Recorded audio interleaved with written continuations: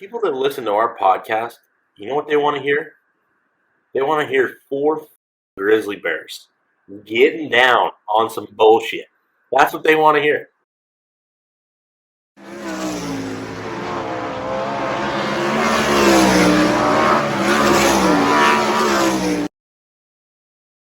Welcome to the Drivers Project podcast, featuring hosts Dominic Scelzi, JJ Hickle, Sam Hafertepe Jr., and myself, Daryl Turford.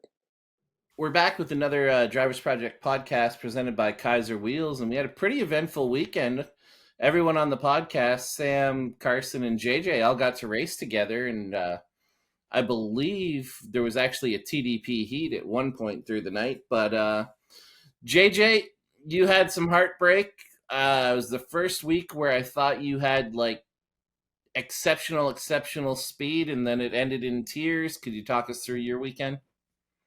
Yeah, well, I mean, actually, we started at Oskaloosa, and it was just kind of the theme for the whole weekend, really. We had a really good car there, and we ran second in the dash, started outside front row of the feature. We were running second to Austin McCarl, and he was definitely faster than we were out in open track, but it was like, I mean, we were definitely going to contend on the podium, and, you know, late in the race would have liked to thought we had a shot, and early in that one, picked up a vibration and had to shut it down, and so we got our other car ready for Knoxville and went to Knoxville with the 360 and just kind of big money on the line, just kind of honestly underperformed a little bit all night long. Started 12th in the feature, raced around 8th or 9th most of the race, and then trying to go to the bottom to get by a guy. I just got loose, hooked the inside berm, and spun the thing out. And so that was that. Pulled it in and got ready for the 410 race. The Matt Morrow 410 car was badass all night long.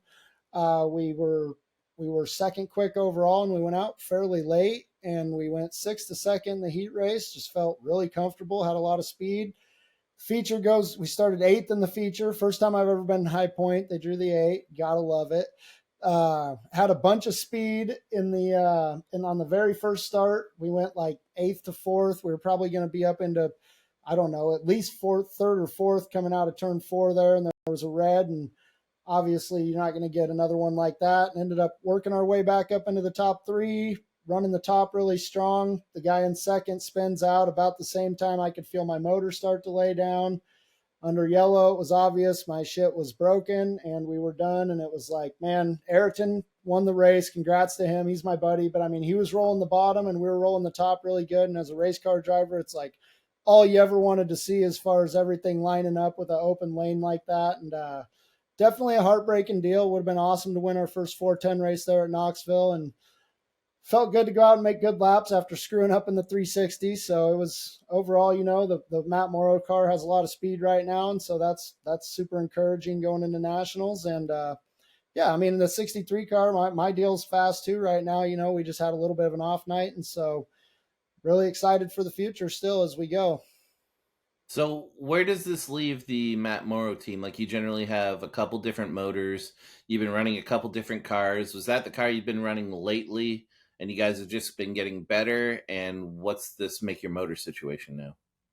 Yeah, exactly. We were on a package at the beginning of the year that was kind of designed around Davey, their last driver, Heskin, who had a lot of success and kind of a unique style. And, you know, I had a hard time getting the car to work. And so we switched over to some more standard, more basic type of stuff. And I've felt a lot more comfortable since. We've just been kind of fine tuning that as much as we can. And then engine wise, that was definitely our best engine. You never want to hurt one going into nationals like that, but he definitely has a spare. And I'm thinking that I was able to get it shut off quick enough to where I'm hoping that one's going to be able to be repaired pretty easily. And then, you know, we can go from there and hopefully run it again here at nationals or before nationals. I was listening. I think you legged it pretty hard. I don't think it's going to be savable. You were legging it pretty hard. I heard you pull it out of gear and just. I heard you just let it read. So I heard you just Sam. Actually, hold on. Let me clear that up. Actually, I heard him shut it right down right when he heard something. Morrow called me on Monday. He's like, dude, I looking at it and stuff. He's like, it looks like it broke a rocker, and like, he's like, I don't know if you couldn't have kept going. I'm like, no, dude, right before the yellow, it went from like 4th gear to 3rd gear. Like, we couldn't keep going, but yeah, I can't believe you pulled he's not the guy that wants me to pull in ever, basically, but. So, Sam, you had a pretty good night with the ASCS, and then you made the trip down to run with Carson and JJ. How'd your weekend go? It was a solid weekend. We went to Creek and honestly I don't feel like we were super great at the beginning of the night. We worked quick time in our group and ran 4th to 2nd in the heat, and then in the dash we got lucky and drew the 1. And we had a pretty good car in the feature. We were really the biggest contention we ever had was probably Sean McClellan in the dash. Like he was pretty solid. And in the feature, we just, come on. Here we go. Daryl. All right. You going to talk to What's Daryl? up, little? What's up, little dude? It's pumped. Talk to Daryl. I saw you slam a wing like your dad on Friday. Yeah. Yeah, you don't like going up on the top wing, though, do you? Yeah. I thought. Yeah, that one looks like it's scary. Yeah. And I saw you were driving your go-kart. I saw you made some laps the other day. How did it handle? Yeah, this was 3 laps. It was 3 laps? Did you run them pretty quick? 63. There you go. For Dale. 3 for Dale. Praise Dale, praise Dale. Talk to Daryl and quit jacking around. Tell Daryl how old you're going to be. I'm going to be 4. All right, tell Daryl you're going to go night-night, okay? No. Why can't Alex drive? No. Night, I'm buddy. supposed to be a racer. He's going to You are going to be a right. racer. That's Yes, right, I dude. am. Yeah, he is. I am, Dad. Doctor or lawyer? Yeah, tennis player. You don't want to be a tennis You see all player, the a guys golfer? leaving on stretchers lately? You don't want to be on one, okay? Get rich and buy me and JJ tires. Got AJ to subliminally. Yep. You Yep, plant I this. did. AJ got already tired. He's like, AJ's done all the tire work, dude. It's all good. Yeah, you got to subliminally. That's like the old school commercials, just like while he's sleeping, just get rich and buy us tires. Are you going to be a good boy and go to sleep Just now, buddy? hypnotize him. Are you going to go night now, buddy? I'll see you later, I like buddy. that Daryl has to put the kid Go to bed. night-night. Oh, I already know they want to send him. Boys, Good night. Good night. Night, bud. buddy. come on. They said night-night. All right, go. I want to be living tax-free again, dude. Dude, he's in his own world, man. Yeah. Okay, so we'll pick up. You were talking about how Soup gave you trouble in the dash. Yeah. So Sean McClellan was pretty solid in the dash. Gave me a pretty good run, and I can usually gauge myself pretty good off of him because he's really good at that track and basically kind of taught me how to run the place. So, and then in the feature, he challenged us maybe the first 2 laps, and then we really never saw anybody after that. I felt like we were getting through lap traffic really good a couple of times, and then we had a couple late race restarts. And I think we got really good restarts at the end, so we were able to drive away on the initial start, which kind of gave any chance of getting a slider in 1 and 2. So I knew once we got really good restarts there, we'd be okay. And I think we ended up last 2 laps. We had a green-white checkered, and we won by like a little over a second. So I knew we had some pretty good speed. And then after we won that deal, we hauled ass to Knoxville, got there at 10 in the morning, got all of our maintenance done. And I really wanted to run a different motor there, but, being that the time we have on some certain things, I just thought it was better to run the motor that we had in the car. And honestly, we went quick time and hot laps, which was shocking to me with the motor that we had in the race car because I feel like the other ones we have are a little bit better than that. Went 4th quick on our group. I was somewhat pleased with that because I didn't really run the bottom 1 and 2 very good. So I was pretty pleased with fourth, being that I ran such a terrible lap on the bottom. And then I did a pretty bonehead move in the heat race. I put a setup in that we normally run really good with past years at Knoxville, and we were just terrible. So in the feature, I just threw back in what we had in qualifying, and we trucked Ford there pretty good. I felt like, I don't know, like in mid part of the race, we were really good. We were running, some lap times like equivalent to the leaders, and we're making some headway. I feel like if we could have started up front, obviously had a little better shot, but I was still pleased with the progress that we made. And, for not racing there, a couple times a year, I was happy with the speed that we showed. And I feel like we come back there, 360 Nationals time, we'll have a pretty good car. We have got a lot of speed in qualifying, I feel like. And then I feel like race trim kind of got our car really good there in the feature at some points. I mean, I'd like to see how we were out if we could have got out front, to see how we were in clean air. But, even in dirty air, we were able to maneuver pretty good. So I was pretty happy with the result, and can't wait for a couple of weeks to come. Carson, you had an okay Saturday night. Could you take us through it? Yeah, it was pretty decent. No, it was great. Went almost as good as it possibly could. The 360, we ended up second quick, and started sixth in the heat, and got to third, just felt really strong in the heat race, and started fourth in the feature. And I knew the first right away that we had a really fast car. Just the first like 3 laps, those guys were a little bit ahead of me, and I just needed to figure out what I wanted to do in 1 and 2. I found the top in 3 and 4 early. Felt like I was making a lot of speed there. And then, I just kind of tried everything in 1 and 2. I was kind of confident enough to where I didn't feel any pressure behind me. I was like, all right, I can move around for a couple laps and try to find something.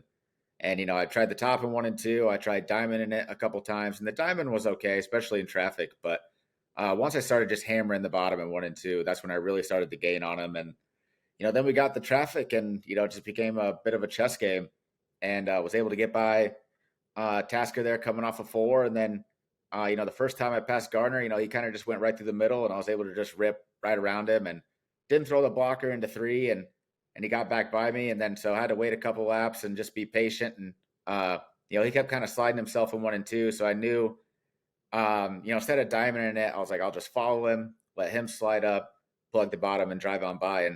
And that's what we were able to do. And then, we had a restart there, and, unfortunately we got together. There's some people on the internet a little upset with me, but I never saw him. I went to the bottom and 1 and 2, and he had a big run on me coming off a 2 there, and I was just going to the top of 3 and 4. Was kind of just going to enter off of it and kind of pick up the cushion, and all of a sudden, I'm flipping and flopping and flying around everywhere, and I was really nervous we were going to get a right rear or a shock or Jacob's ladder or something. I knew we had the car to win, and could really use 15 Gs. And I thought it all went to the shit house there. So luckily, Austin rolled up to me on the yellow and told me I was all good. And then got to battle with him. And that was the last thing I wanted to see, on that restart with 6 to go, was the red 88 behind me, because I know he's going to be coming. And sure enough, we go into 3. Here comes a big old bomb from the 88 car. I was like, son of a bitch.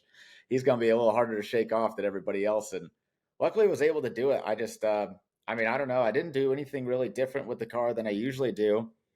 And I don't know, just for some reason, it was just really driving forward, and I could really get through, 3 and 4 really well. And I was just eating those guys alive. And it was awesome. We had all of our partners there, $15,000. And then the 410 was just a cherry on top. I really wasn't that great in the 410 all night, but just couldn't get through 1 and 2 very good at all. It got kind of curved up, and I just kept getting kind of plugged into it, and then, would have to like get tight and then come off of it and then be loose on exit, and just wasn't very good, and just got kind of gifted. JJ and Bugatti, and then Austin, and I think, maybe even somebody else fell out in front of us, and we were just able to maintain and get by a few guys there and get a podium. But made some money, put on a good show, got the fans all riled up. That was pretty good night in my book.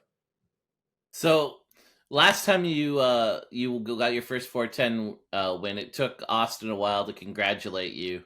How long was it quiet between the two brothers after? He actually, we still had our suits on, so it wasn't too bad. No, which this one was a little different. I think I clearly had the faster car this time, and I passed him with like 4 to go instead of coming for the checker this time, so that stung. He had some time in the car to let it settle in. So no, we're all good. No, Austin actually kind of helped me quite a bit with what to do shock wise with these 360s, and it was damn good the other night. Okay, so there was a crap ton of racing. So what did he tell you about shocks? Yes. So we all know. Wouldn't you like to know? Yes, he told me we that would. he's getting the gold pros out. He's going full T-Mac. He's getting the gold pros back out. Easy ups. That's right. Get the easy ups on there. 4.6, you'll be fine. Yeah, pretty solid. That's about where I start every week. Put a I remember right front, and you'll be fine. I remember we had Carson in our car in the 360 race a couple years ago, and we decided we were going to change things up, and his dad suggested, "Oh, why don't you put these shocks on?" It's like, we don't own a shock close to that. Yeah, he does. He does some crazy stuff shock wise. I don't know how he makes it work, but hey, each his own, I guess. I couldn't drive the thing, but so in Ohio, there was a pile of racing this week, and it's probably going to take us a while to get through it, but I guess we'll give it a go. The World of Outlaw guys are obviously limited to only a couple shows a year, so it was pretty ballsy by Cole Macedo and his team to take a not crazy high-paying race as one of their high-limit races, and Cole got rewarded with a pretty wild win at Fremont. JJ, what were your thoughts on Cole's win? Man, I thought that was a pretty incredible deal. And if there's one track where Cole was going to win like his first race, that's where he got his first All-Star win. I mean, he's just an absolute stud at Fremont. It's kind of like a California style track dropped right in the middle of Ohio. And, man, he's just faster than everybody there. Like the things I thought were super impressive that kind of got lost in the shuffle because of how he crashed at the end was like Larson had a shot at him on a restart at the end, and he put space between him and Larson, and like he just had more pace than everybody and drove a really, really smart race. And I mean, it sucks how it happened at the end, but it almost just makes it more legendary and memorable. I mean, like Cole Macedo's crashed some cars in his day. I don't think that's like lost on anyone. So it's like kind of just the most Cole Macedo thing ever to win a race and crash a car all at the same time was badass. Like I didn't hate it. I think it made it super memorable. And I'm a huge fan of Cole Macedo, and to see him win at Fremont, I thought was pretty cool and pretty damn fitting. And like you said, they took a risk and it paid off as far as getting the win goes. Carson, what was running through your mind when you saw Cole flip there in turn one after the checkers? Well, they stopped it right on the thing, and it looked like you could tell like he checked up, and it looked from like when you're watching it live that I was like, whoa, that could have been close. And then all of a sudden, I mean, he took a huge hit too. It's not like Tommy tipped over. I mean, that was a pretty massive hit. So, I mean, if you're going to junk it after the checkered, you better win that bitch. So, I mean, he did his job, just, a little more work for the crew there. But honestly, I think his crew, with how good he drove there, I'm sure they were fine with rebuilding that car. They were probably still glad they came. So, no, I thought it was a great race, and he had all the pressure in the world behind him. He had Larson and all those guys breathing down his neck, and it was really curved up, easy to get tight. And he like JJ said, he just flat out looked better than everybody. Sam, Cole picking a race that was more up his alley and not really worrying about purse and then finding success. Do you think that's going to start a trend with people maybe picking the races a little more intelligently? Like you see people pick, I'm going to pick the $50,000 to win race. But those fields are normally stacked. Like, do you think we're going to see a trend of people picking and choosing a little more intelligently? Yeah, I don't know. I think he had that race circled on his calendar early in the year. I think I want to say it got rained out at one time and got rescheduled or whatever it was, and that's the place it landed. But I think it's a race that he had planned. Being that it is where he cut his teeth. Like he cut his teeth at Fremont and Attica and a lot of those Ohio places and had a lot of success there. And I would say that Fremont was probably one of his better racetracks. So I heard him say, in a couple of the interviews, like he couldn't wait to get to that race. Like it was one that he really looked forward to. And I think if something does appeal to these guys in that matter, I think for sure, like even if it doesn't pay $1 million or whatever, if it's a place that you're excited about going to race, hell yeah, I think that's what guys should do. So one night later, Sheldon Hodenshield appeared to have the Doty absolutely in the bag, and he's definitely toned down his racing this year, and it's definitely. You mean Buddy Kofoid appeared to have it in the bag? Lots of people appeared to have it in the bag. Okay, and huge bag. Yeah, massive bag. And Sheldon spun late. We talked about Dominic at one point talking about him needing to calm down, but he has really calmed down this year. Was it a surprise to you to see him spin like that, Carson?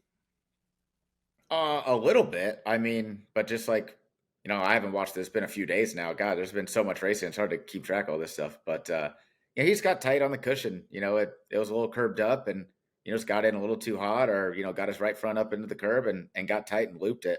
I think he got a little bit of the announcer's jinx because, right before that, they were talking about how close he's been to winning the Doty and hasn't quite pulled it off. And then 2 laps later, he loops it. So, no, that was a bummer. I mean, that would have been a huge win for that. I think you're only allowed to wear hod gear at Attica. So it would have been, the track and for Brad and the promotion that would have been the guy they want to win. The crowd would have went nuts. But no, he did a hell of a job and, shit happens sometimes. Just got tight and I'm sure he'll be thinking about that one for a while. JJ, you raced a lot in Ohio a couple of years ago. Can you talk about how tricky the top is at Attica there? Because it looks like they can really rip it there, but man, when you screw up, it looks like it's pretty big penalty. It is. It's a tough place, and it's the way that there's no walls makes it, and the visibility there is usually a little bit lower than normal, just with the dust and the lighting and stuff. And you're racing a lot on feel, and man, I just think as tight as you got to get your car to be able to work at a place like that, when it starts to get lipped up and curved up, it's just so much easier than it looks, or easier than it seems, to get tripped up on the cushion like that. I mean, elite race car drivers are making mistakes there, and it's just, Attica's always been a place that I found really difficult to run the top at, just because of you're just racing on feel. Like the laps that I felt like I was going over the edge and in big time trouble were probably my fastest laps I ever ran around there. So it's just a uncomfortable place, but that's probably why the Ohio guys get so good, or kind of have, that's why they're good at those types of places. Like not a lot of walls, I don't know. It's just different type of style. Sam, we're talking about everyone who lost the race. Could you talk about the job Carson did in winning the race? I feel like he's always super fast at that place. They had like a stat, I guess they were saying, and I don't know how many races in a row it was, but whoever's led at lap 30 hasn't got the job done at the Doty however many times. I don't know what it was, and that's obviously the time that Hod and Buddy did their deal. But he's been like, I think Carson's been sneaky fast this year and just hasn't got, the results that he probably should be getting, because obviously Gravel's dominated the year on the Outlaw Tour. And I feel like they've been there. Like they have a lot of podiums, it seems like. He just really hasn't locked it up. And I feel like that's a track that they're traditionally pretty good at as well. So, he was there at the right time, and he had to get by a couple of good guys to get there. And you could say it fell on his lap, but still had a lot of good guys restarting behind him there late in the race, and he was able to pull away there at the end. So I don't think we can talk about the Doty without talking about the last corner, the last lap of the B main. And I'm actually kind of looking forward to talking about this, because I think we have differing opinions here. And we're obviously talking about the Caleb Henry wreck that sent Caleb off to a hospital in a helicopter. The general consensus amongst fans seemed to be that Brady stuffed Caleb and just had a terrible, terrible result. Sam, I know you feel a little differently, and I think that'll spark up the debate. Could you take us through what you think about the crash? Yeah, I mean, I don't think, like, when we're doing slide jobs or whatever the case, I feel like, a short slide is something where, to me, as a guy doesn't see it coming, last second, bam, you really can't prepare for a short slide. But I feel like in this instance, I feel like Brady actually committed to the slide pretty early. And I feel like Caleb could have seen him out of his eye, probably middle of 3, I would assume. And the only thing that I think, I don't feel like what Brady did was a dirty slide job. I really don't. I think it's a pretty standard one that most guys would do. I think 95% of guys would do that same slide job. What I do think, though, from Caleb's perspective, is maybe he didn't think Brady was going to come all the way up, or maybe he thought he could get around him on the outside. I don't know. It's one of those things where you don't know what the other guy's thinking, or you don't know, okay, well, is Brady going to stay down a lane and give me a lane? Because this day and age, most guys don't stay down the lane. They don't give you the lane. Once they get that far, they expect you to check up and turn back underneath them. So I don't feel like it was dirty. I really don't. Now, what happened to Caleb, obviously, we don't wish that on anybody. That's not, when these guys, there's no way that Brady thought, man, I'm going to punt this guy and get out of this B. I don't think that's a thought that went through his head. I don't think he played it out that way. And I, like I say, from Caleb's perspective, maybe he thought that Brady was going to give him a lane, or maybe he thought he was going to get around the slide job. I don't know. I don't think any guy in the situation did anything wrong. I feel like, that is what racing is nowadays. No, we're not trying to put guys in the hospital. No, we're not trying to do that kind of stuff. I feel like, Caleb had a reaction. Could have had a different reaction to the slider. Like, so many guys, either, man, I'm going to stick it here on the outside and try to rip around the guy, and then, well, the guy that did the sliding, well, now it's this guy's fault. And you see these slide jobs all the time, way worse than that, to be honest, that don't result in some of these wrecks. And I'm not faulting any guy in the situation, to be honest. I think it's a bad situation for Caleb, and I would never wish any guy to get hurt like that at all. I feel like, and I don't, like I say, and I don't think Brady did this maliciously at all. I know there's going to be fans that think otherwise, but being in the race car, I mean, it's not like I haven't probably done some of the same kind of stuff to some guys before, and they didn't check and turn under. Like in my situation, most of the time what I do, I play the defense when that happens. Like if a guy's sliding across, well, I play the defense and I check and try to drive back underneath.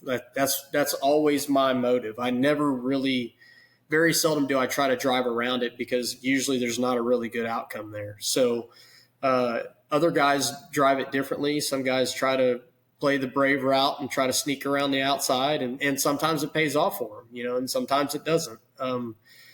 Like I say, I don't find fault in either guy, to be honest. I know a lot of people, Brady Bacon's a piece of shit and this and that, and I don't think that was his intent at all. It doesn't make anything any better for Caleb, obviously. He got hurt and he's recovering, but at the same time, I just don't think Brady meant anything, negatively by what he did. I felt like he did the slide job 90% of other guys would have done, and it just didn't work out. JJ, I know when Sam said this in our group chat, you wrote back immediately, "That's a cold take." What are your thoughts on what happened there? Man, when you watch the race, or when I was watching the race in real time, they were I get it. You're racing for the last transfer spot. Caleb got tight in 1 and 2. Bacon got underneath him. But at that point, Caleb goes back by him probably, 5-10 miles an hour faster, puts a couple car lengths on him. At no point does Brady Bacon have a run enough where he's ever going to do anything besides spook the guy off the edge of the track or whatever. Like, I mean, I have never thrown a slide job whenever I have basically what I would call reverse momentum. The guy in front of me is carrying more speed and thrown it to where I'm going to come all the way up and go into the side of the guy. I've done it to try and make the guy make a mistake or make him want to turn under it. But never to the point where you're going to just all the way up into a guy. Like, to me, it was just misjudged, just extremely misjudged. I don't know if he thought he was going to get more grip up across and maybe pick up some speed, but as the guy on the inside throwing the slide job, you know what the momentum difference is. And at no point did he ever have what I would consider anything like a run. Caleb had more mile per hour at all points going down the straightaway and into the corner. So, and I don't think Brady Bacon did anything malicious. I think Brady Bacon's a hard-nosed racer. He's a tough son of a gun, and it's the last corner of the last lap of a race. He's not trying to hurt the guy. I don't think he's afraid to bang wheels coming out of the corner to get a last transfer spot, but I absolutely don't think he's trying to send Caleb Henry into the fence and crash him or something, And so I'm not like going to say Brady Bacon just is like, a worthless piece of crap or nothing like that at all. To me, it was a misjudged move that I don't think probably should have been pulled. As once he pulled the trigger, it's over, and it's too late, And so, and with all that said, Caleb probably did have time to see him and just kind of anticipated that a guy like Bacon was going to not come all the way through because he didn't think Caleb could see that he didn't have a run enough to make it. But you hate to see it in our sport like that, but it's just a couple of guys that are hard-nosed racers, and last corner of the last lap for a transfer spot's, man, everything's out the window. Honestly, it's just, that's just the way it is. These guys are trying to make money. Carson, I haven't heard your opinion at all. You've heard two different takes on it. What do you think of that mess? I think we covered it pretty good there. I think both of those guys made good points. I just think at the end of the day, it was two guys thinking they were going to get to the exit of 4 first. And unfortunately, they got there at the exact same time. And, it's unfortunate for both of them. I'm sure, Brady probably tore up some stuff too. I'm sure he would have rather, just take his 5th place and instead of ripping the rear end out. But just two guys going for it. But Brady, I'm sure thought he was going to get to the exit first. And Caleb thought he was going to get there too. Just, squeak right around him. Like Sam said, we've seen guys do 100 times. And sometimes you meet in the middle like that. Just luckily, looked like Caleb was at Eldora and everything. So looks like he's going to make a full recovery. So that's all that really matters. And it's like, this isn't a good situation to be Brady Bacon in either. It sucks to send a guy out like that. Like, that's a terrible situation for him too. Like, I feel for him in a deal like that. Like, that's like Sam said, and there's no malicious intent. These guys are racing hard, but it's just, that deal sucks for everybody involved. Yeah, like one thing that I found really interesting is like I watched Brady's interview after, and I'm like, oh man, he feels like shit. And then I see people on Twitter that are like, he didn't give a and it's like, man, wow, we had different interpretations of that. No, I think he gave a fuck. I think he gave at least one for sure. I don't think that's how he wanted to end the night. Yeah, what track has more last lap passes in action than Attica? It's all the time. Like, Sam's stat just made me think of that. Like, if you're leading on lap 30, you're not going to win.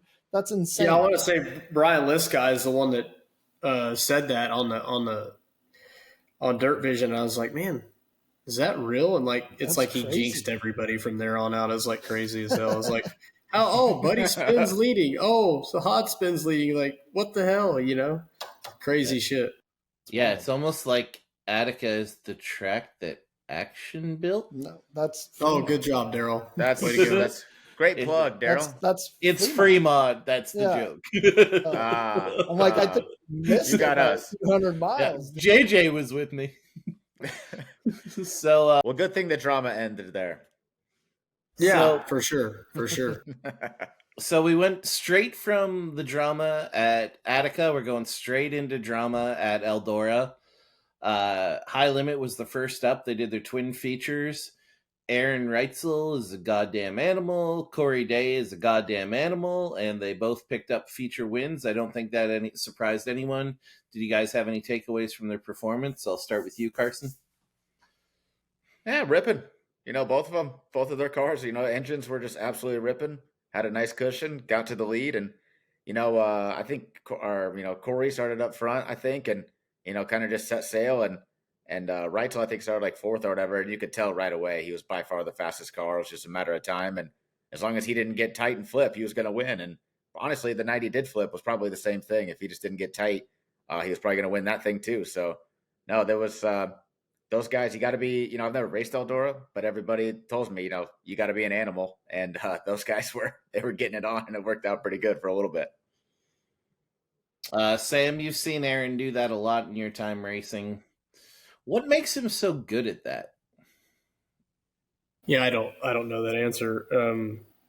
I'm not Aaron Reitzel, but I truly think that he's got a bravery about him that not a lot of guys have to the level that he has, willing to do the stuff that he does.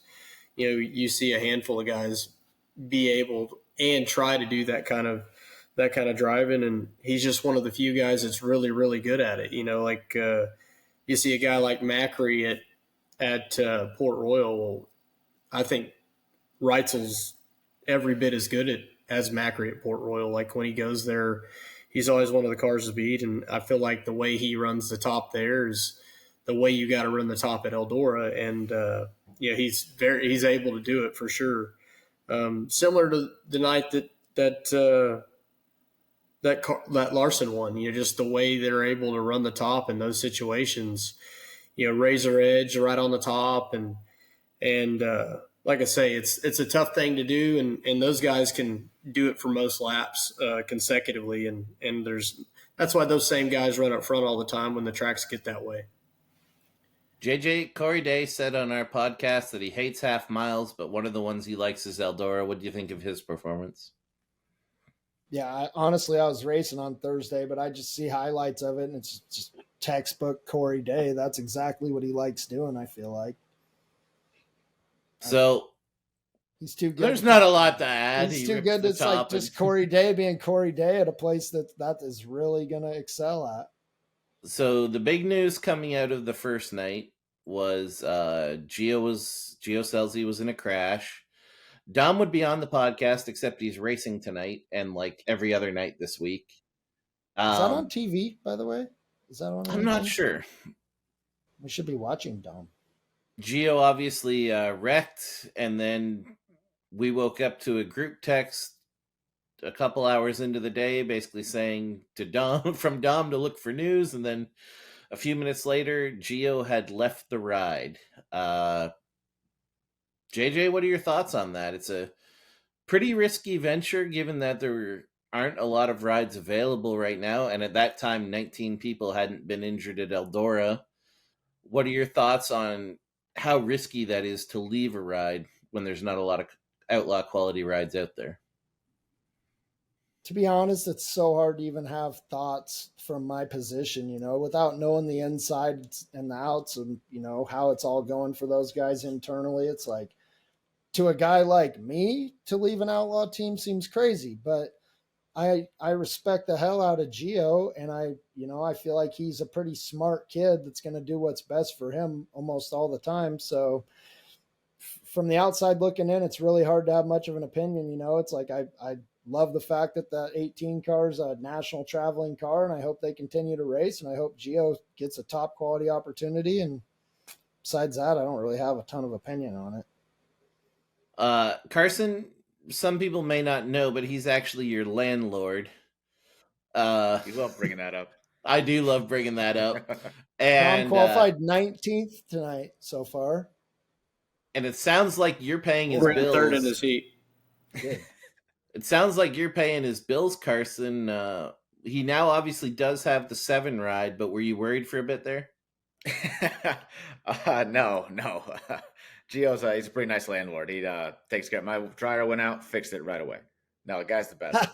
But I swear to God, it is kind of funny. Like if the fridge goes out, I have to call Gio Scelzi and be like, "My shit's warm, dude. Well, you got to fix this." But I couldn't have been more shocked. I mean, from the outside looking in, I thought that team couldn't have been more hunky dory. Every time I've seen those guys in public, they look like they're one big happy family. I mean, they just a few weeks ago, they had a big sponsor night at Knoxville and had a ton of people all in the back straightaway. Gio was signing autographs with a smile on his face till 2 a.m. I mean, I don't know. And it is a beautiful operation. I mean, it is. I just can't believe. I mean, I can, and good for Gio. Gio is one of those guys where he is good enough and established enough to where some other team will give him a shot for sure. If he was having a terrible season, which, he might feel like he is, but I mean, I trade seasons with him. I think he's been having a pretty damn good year. So I don't know. So obviously there was some turmoil somewhere, and I'm sure it'll come out eventually. But I'm glad to see him land with another top ride and doesn't double my rent and blame it on tariffs or something like that. So looking forward to see what he can do in that thing. It'll be weird seeing him in the 7 car. It just won't quite look right. Like I still see the 20 Rudin car and still think it's Zeb. It takes me a while to get used to new guys and new rides. So that is not, if I was that so Raven and saw that at the beginning of the year, I would have never believed it. So Sam, obviously the 18 is now without a driver, and there's not a pile of guys out there available that are going to fill in for Gio and do an admirable job. Where do you see the 18 team going from here? Man, I have no clue. For the operation that they have, like, I don't think they're just going to settle on a guy. I think it's going to be a pretty thoughtful decision to get the permanent fixture for that car. Because I feel like, the amount of money they put in over the years, I don't feel like it's a team that's just going to go away. It's probably going to be a calculated, thought about who they put in that car. They're not just going to – I don't feel like they're just going to put some guy in to fill in while Gio's not there. I think it's going to take them some time to make that decision, and rightfully so. It's hard to fill the shoes of a guy like Gio. There's not a lot of those out there, and I feel like I don't know of a guy they could put in the car right off the hit that would do the car justice, to be honest. So does anyone have any suggestions for the 18? I mean, there's no one jumping out at me really hard.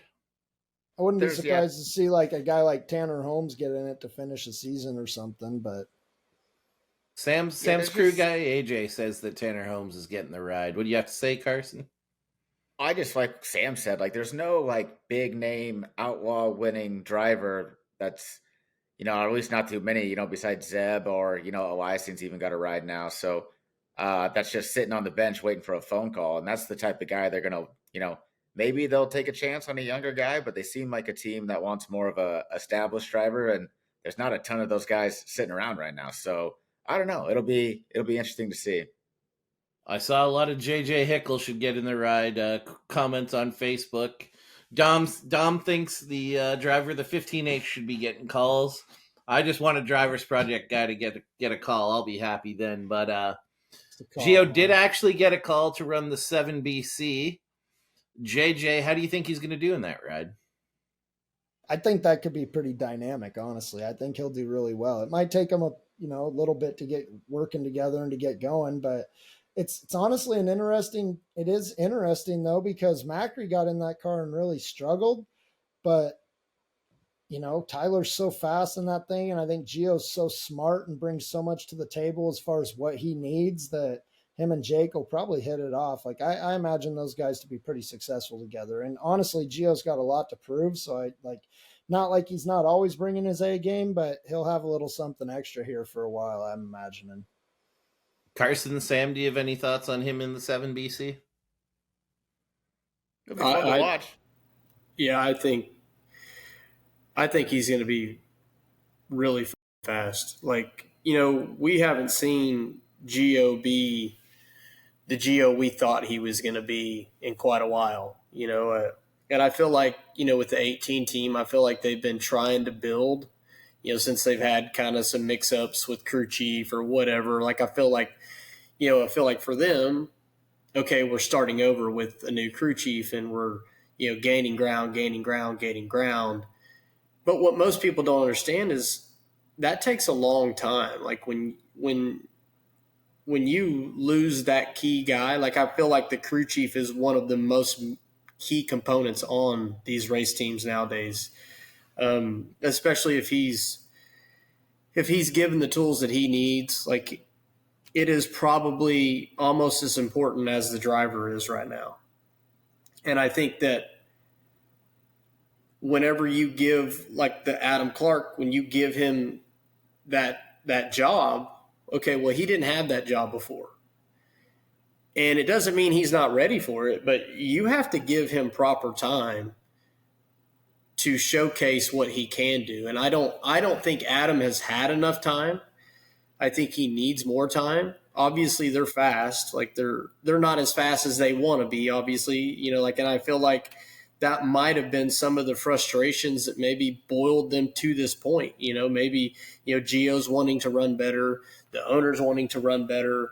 And, when that's not happening, like I always say this all the time, you have all these owners that spend millions of dollars and everybody's like, well, I'm spending the money. Well, and every owner's doing this. I spend the money. Like, why aren't we winning? Right.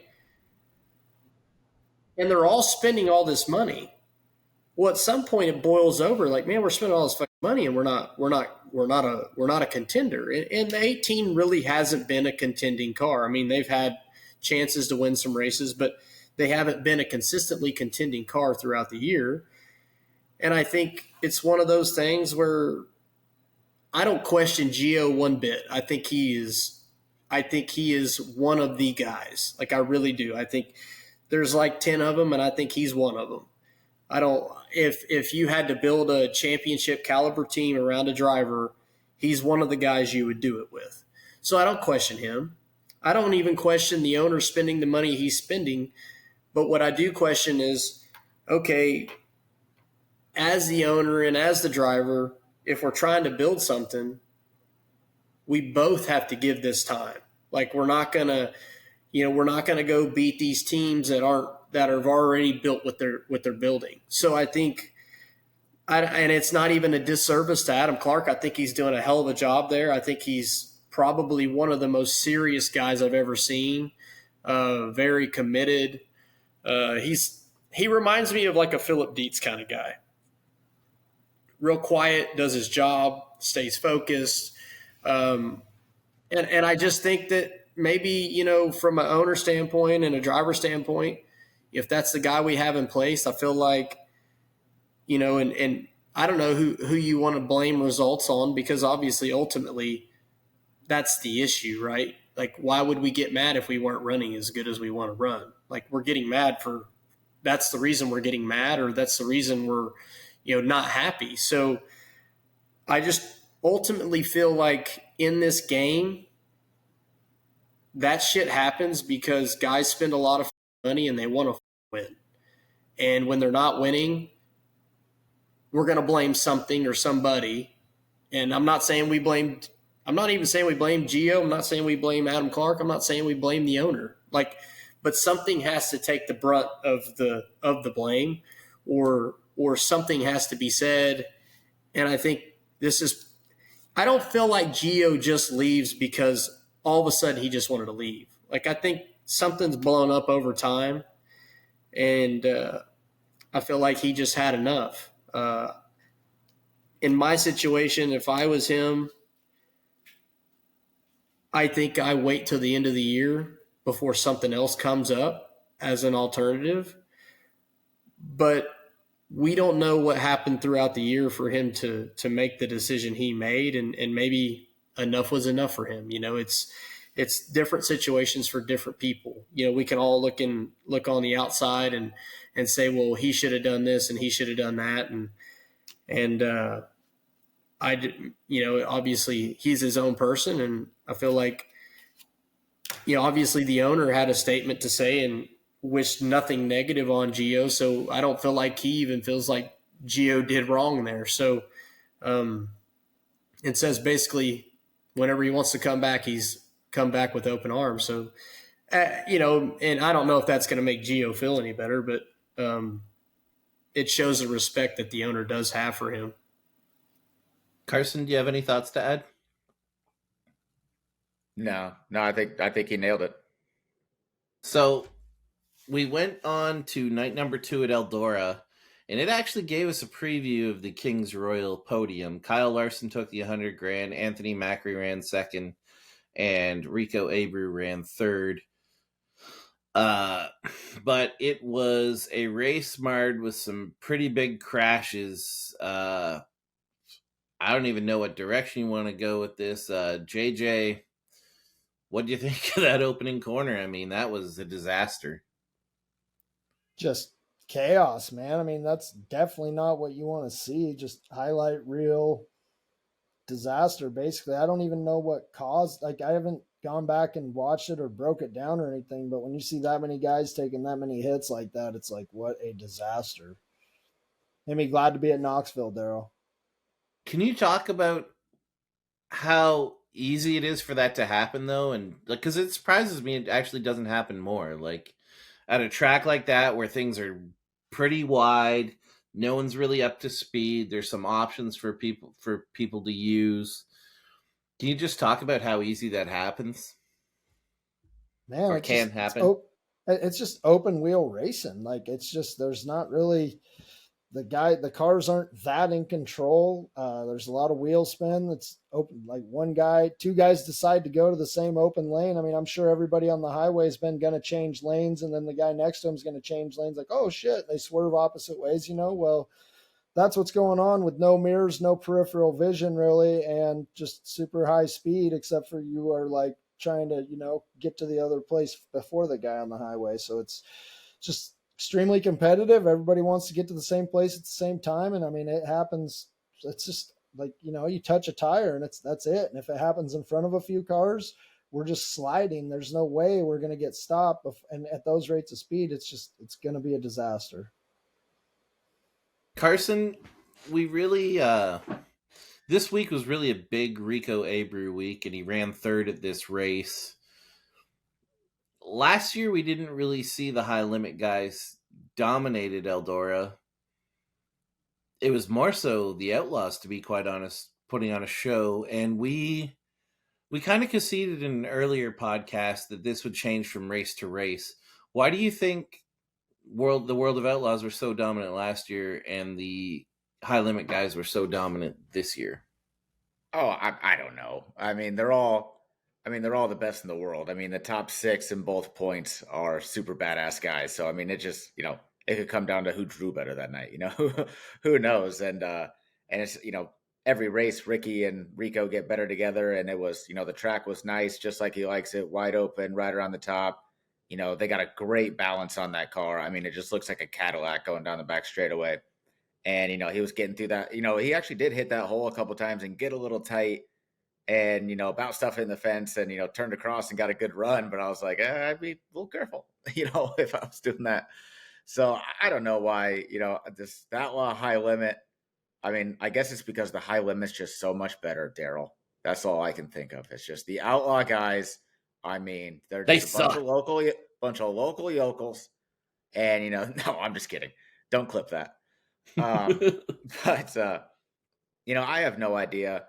And as far as like everyone crashing, I was going to ask JJ and Sam because they both raced there, obviously. I mean, is it kind of hard to see with the bank? And then now that like the popular thing, everyone's got their right board dropped at least a little bit. It seems like not a lot of people staying true to the standard right board. I mean, is that making it even worse? Which I mean, I know there's a hole, but as far as guys slamming into each other and slamming into each other after they wreck, I've always heard it's kind of tough to see there. And now everyone's got their boards dropped. I would just wonder if that makes it a little worse. I mean, I don't think it helps. I think there's a couple things. As far as slamming into guys after they wreck, the problem is you just can't miss them. Like, you know, I don't think, like, the only way you can possibly miss them is to stay wide open and try to turn down the hill, right? But the first thing, and this is a problem with Eldora, the bank's so steep, the first thing that happens if a guy wrecks in front of you, what's the first thing we always do? We check up, right? Yeah. Mm-hmm. The moment you check up, you're done. Like, you're not turning down the track anymore, so you're driving straight into it. It's just instinct. Mm-hmm. So, like, all these wrecks, man, I've thought for years and years and years this would happen way more often. I've always thought it would happen way more often. And I think we just had a weekend where it happened 3 times. And we're lucky in all these situations that guys didn't get hurt any worse than they did, because, like, I have some theories on, you know, like, about the high limit versus the outlaw deal. Like, I feel like more high limit guys or more teams are more suited to run that type of racetrack where it's really challenging, got to get up on the wall. I think that suits the high limit guys way more than it does the outlaw guys. I'm not saying the outlaw guys can't do that, but I think it suits the high limit guys more. I think the high limit guys have a little more bravery to them than some of the outlaw guys. I feel like some of the outlaw guys are a little more methodical in their approaches. And not taking anything away from the high limit guys at all. I think, you know, a guy like Brad Sweet is probably like a culmination of everything. You know, I think a guy like Tyler Courtney's same thing, you know, and then you get to a guy like Reitzel, and he's the ultra brave guy that does things that other guys aren't going to do. And I think Rico's used to be that guy, but now he's turning into more of a Brad Sweet type guy where he can do all of it. And then on the outlaw side, you got Gravel, who's, man, I just think he's got craft that is much better than most guys have right now. I think he's very smart with the way he drives a race car. I think he puts his car in the right positions a lot of the times.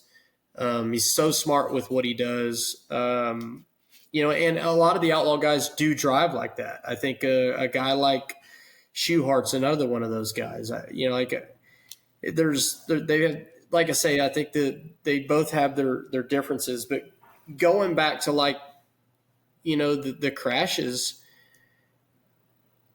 there's no way at this track we're going to miss people. And you're right. When you drive up in the bank, like, if you were Buddy, okay, let's just reenact that wreck. If you're Buddy Kofoid, this is what I truly think happened. I think he thought that when he got to turn one, there was going to be an opening on the top for him to, like, middle slide up. And then I think that spot disappeared to him. Because there's only two, like where he's starting, there's only two options. There's the option of, okay, enter the bottom and slide across, okay? And then he thought, okay, well, the top's going to open up, so I'm going to squeeze up in there. And then at the last second, the top didn't open up. So now he's stuck in the middle where there's no grip. And then he slides up and hits Courtney.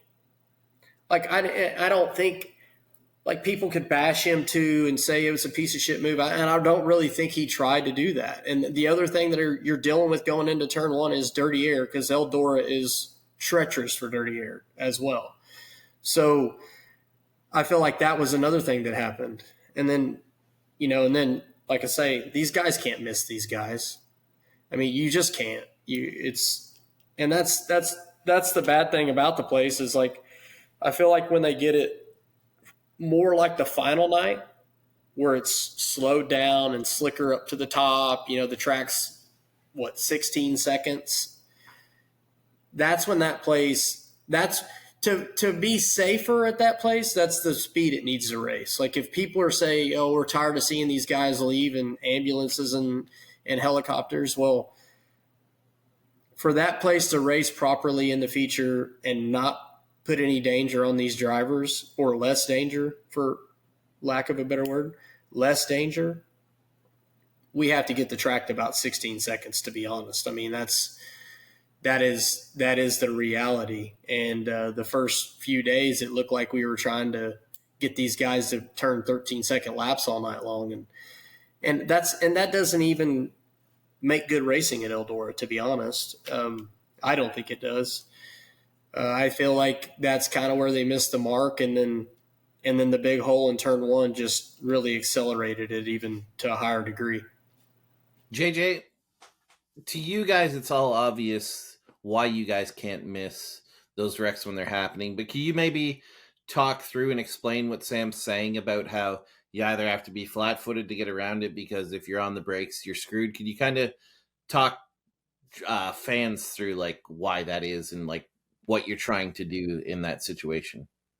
Yeah, I mean, the best way to relate it is something like if you've ever driven a boat or a jet ski, like as soon as you let off the gas, the car's no longer stuck down to the track and handling. You're just going to push or go straight. And so you don't just have the ability to just turn right down the track. And then another thing that's like, we're going into the corner, well over 8, I don't know how fast we get going by turn one, but probably 80, 90 mile an hour to a place like Eldora on slippery dirt. So our cars are already like built to start sliding. So you can't just turn the car on a dime left. You can't straighten it out when you're already sliding and go right. So there's just, once you start your slide or you're in the corner, I mean, you're kind of just like if a guy's right up there, you can floor it and hope that, you stay on the gas and hope that you just barely miss a guy. But man, it's just a tough situation to be in. The cars don't look like they're going that fast when you're all out there together and everybody's moving and stuff. But as soon as somebody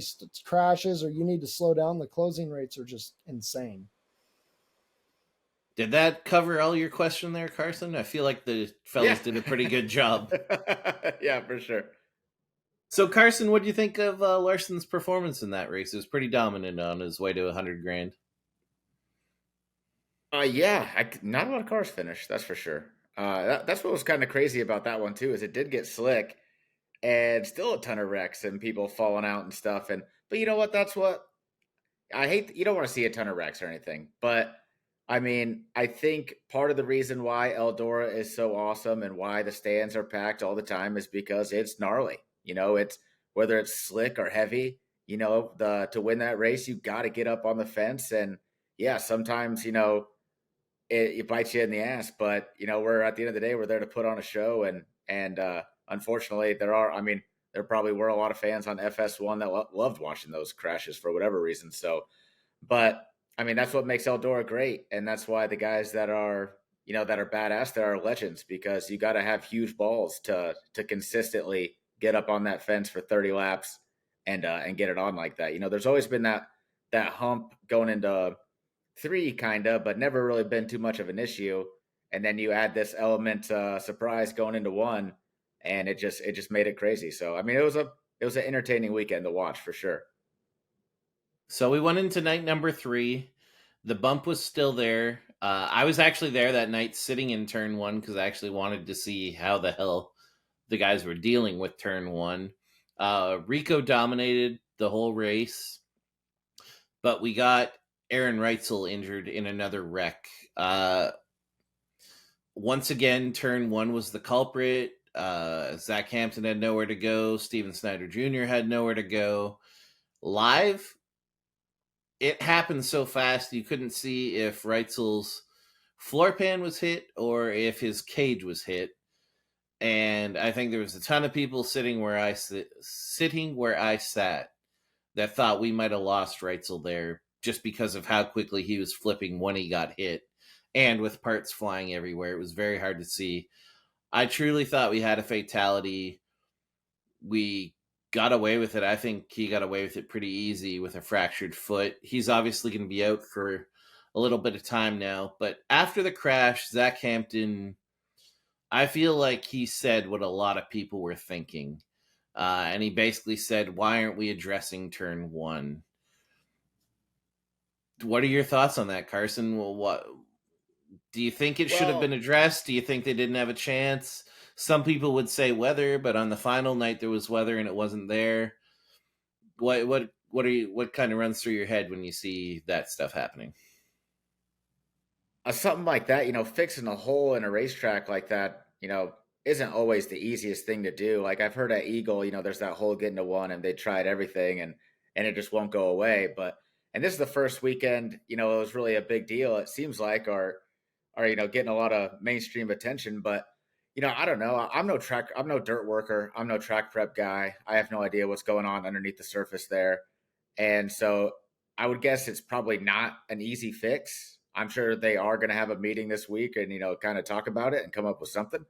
But they got a shit ton of people there and they ain't canceling, everyone's bought their tickets, so, like Sam said, the best thing you can do, the next night is just let it get as slick as possible without laying rubber and let it get up on the fence. And I think as for the weekend goes, that's all you can do. And then, I don't know, maybe get some excavators out there and do some dirt work. I don't know nothing about track prep or anything like that, but I don't think it's quite an easy fix, like something they could fix overnight. I'm not sure though. Well, I think the problem Hampton had is there really wasn't being anything done to address that. Do you think that's fair to say, JJ? I didn't even know Hampton made a statement, but I mean, what do they want guys to go out there with like 5-gallon buckets full of dirt and fill the hole up? It's not how it works. It'll come right back. But I don't know. I get what he's saying 100%. If it's going to be a huge issue night after night, those guys at Eldora have all the resources in the world to make the track not have holes in it. Wherever the holes are, like I feel like with the equipment they have, the resources, the people they have, they know what to do to make it not rough. So I could see where his frustration was coming from, especially if it was on the second or third night of driving through the same hole. And like anytime I've only been to Eldora a couple of times, and there's always been a hole in turns 1 and 2. I've been to Eldora a lot of times. There hasn't been a hole like that. It wasn't that before, but there's always like a roller that's like unpleasant to drive through for no real reason. Yeah, but it was just a lot higher than it usually is. Exactly. Yes. Joe and I were talking. That's the thing. Like that 1 and 3 and 4, it's kind of lower. But like I think of Daryl, I think I might be stealing your lines here, but just like Reitzel, like he's right up on the fence. He just barely hits it and boom, plugs his right front end, off he goes. I mean, there's just no room for air. Well, Joe and I were talking. You always have like where your trailers cross, and then it kind of gets wavy in 3. But you guys have all kinds of room to kind of like have the car run up the track. Where the hole was there in 1, there's no room to run up the track. Sam, I was kind of trying to save this for you because I feel like you do have experience. What did they need to do to fix turn 1, in your opinion? Well, I don't think it's so much a hole as it is like a long swell. So like when you get like when those cars get upset like that, a hole's not going to do what it's doing to these cars. Like when it sends it up a lane, a hole's not going to do that. It's like a long swell. And when they have something like that, man, it's so hard to get out of these racetracks because you're not going to just drive a grader on that fucking thing and fix it. Like it's going to take you several laps to fix it. And like Carson just said, the only way they could have got away with it is, let's just get it hard, let it get slick to the top. And on a slick racetrack, we don't see all these holes because we slide across so much easier. Like, whenever the track's got some moisture to it, like a swell like that, man, you got a lot of grip. So when you hit that thing, it really upsets the car really bad. And I don't feel like the track didn't try to get rid of it. I feel like they definitely were trying to get rid of it. I don't think it's something that any guy working a racetrack gets proud that guys are fucking wrecking their shit going into turn 1. No track worker gets proud of that. I could tell you from experience, we put new dirt on Lone Star Speedway years ago, like in 2012, 2013, and we junked a lot of cars that weekend. And I junked a car myself, and we had a bunch of long swells in turns, 3 and 4. We had some shit messed up in 1 and 2, and nobody felt worse about it than me and my dad because we're trying to fix it. We're trying to grade it out of it. We're trying to do everything we can, and it's not, no track guy wants it to look like that. No track guy wants it to be like that. I can assure you that. It's not like these guys weren't trying to address it either. I can promise you they were. I'm sure Tony Stewart was up in their ass telling them, hey, man, we need to fix this, and I feel like the last night, it definitely looked a lot better. And I think that's something that happens with stuff like that. Progressively, it's going to get better if they keep working on it, but it's not a fix that's going to happen in 2 days. So this was actually the second time David Gravel really made some noise at Eldora. I kind of wanted to address his two moments together. His first moment where there was a lot of controversy was in the high limit race. His front wing was found too far forward, and he was DQ'd. You have your conspiracy theorists all over high limit for that. I think some people were pretty happy about it. I think some people were pretty pissed off about it. Carson, what was your take on the David Gravel front wing controversy in DQ? I didn't see that coming either. I mean, I don't know. I heard conspiracies too. I heard that they have a smaller front wing checker than everybody else, and which it looked like to me, it looked like it was just like the standard one you buy off like Speedway or whatever. I think I have one in my shop like that. So I don't know, but it looked fine. And I mean, was that why he ran second? Probably not, but rules are rules. And they did get the plumb bob out too. So even if the front wing checker was maybe a little bit shorter than the custom one that the Outlaws have, I mean, they got the plumb bob out, and the Outlaws, like with Mike Hess and even officials before them, they would usually give you a little bit of leeway just because, I mean, how much stagger you got on, if you do have, two left rears on, blah, blah, blah, it kind of makes a difference. Or if it gets hit by something, they'll kind of give you a little leeway. But I mean, half an inch is, too much for them, I guess. And 3/4 of an inch, whatever it is. And, Cody was super pissed, and, I would be too. I don't think they did it on purpose. I don't think they're like, hey, we're going to watch this shit. We're going to move our front wing 3/4 of an inch and really get this bitch planted. But maybe, I don't know. And if they did, it bit him in the ass. And I don't know. Everyone's already kind of forgot about it. I don't think anyone's accusing them as being, full-time cheaters. But, just an unfortunate deal. But for guys like you that, run a Facebook news feed, it was a good day. I don't even think I touched that. Oh, well, Daryl.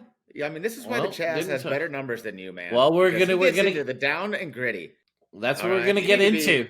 I've been saving this question for JJ because of this. You're trying to be the New York Times. TMZ's got more profit margin, my friend. You got to get down in there. Start taking some videos.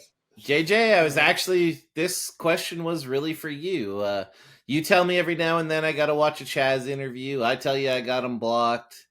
Well, I might have cracked and listened to the Cody Jacobs interview he did on the recommendation of someone else. And I thought Cody Jacobs really went after High Limit pretty hard in that interview. Do you think that's the kind of thing where they remembered that and kept that in their back pocket, and maybe he might have got some leeway had it not been for interviews like he's done with the Chaz? Honestly, no.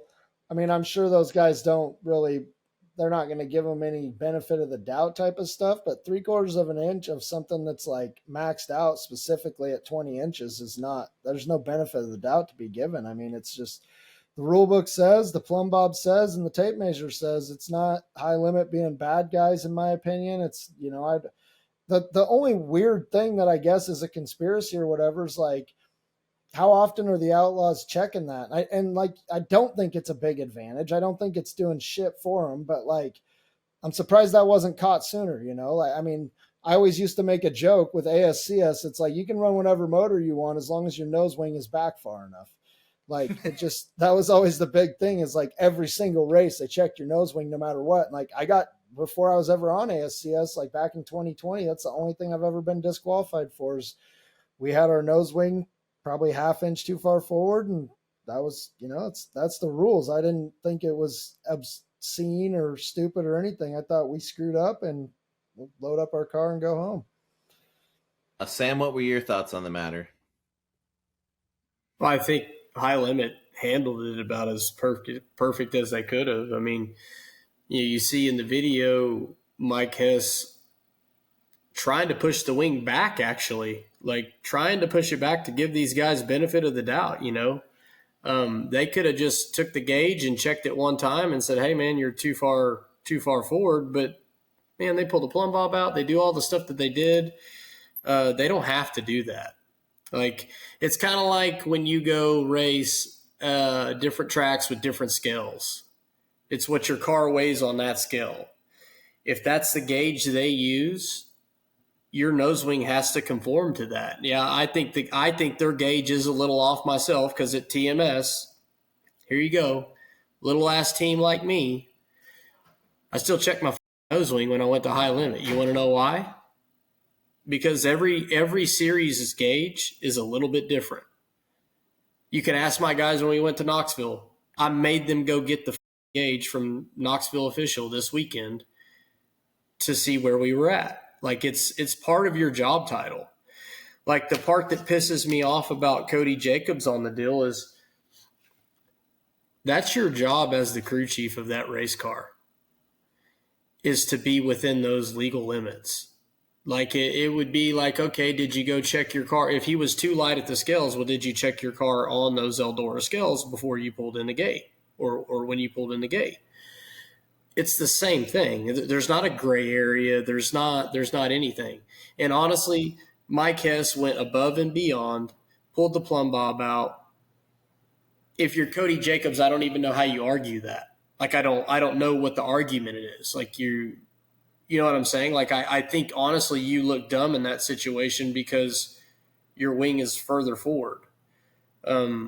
I didn't like the way he handled it. I mean, yeah, I expect him to be pissed off. Hell yeah, they ran second. You want the second place money, but you know, a rule is a rule, and I don't feel like High Limit did anything wrong there.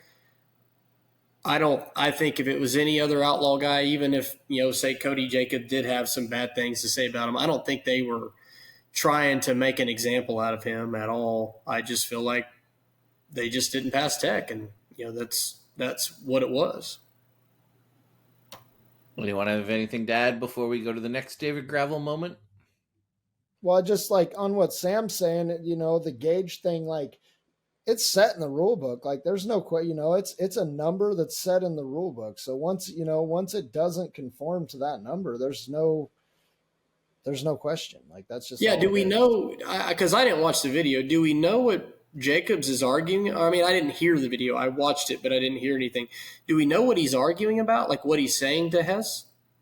No. Does anybody know that? At no point do I hear him say his side. I hear him at one point getting annoyed at Hess for pushing the wing back, but I also thought that was out of line. I get that you don't want him touching your car, but I think you also got to understand he's literally helping you there. Yeah, he's trying to help you. Like, I don't like, that's the part that I didn't understand, is why Cody's getting mad at Hess and yelling at Hess, because I don't see what Hess is doing that's so wrong. The guy's actually trying to help you pass.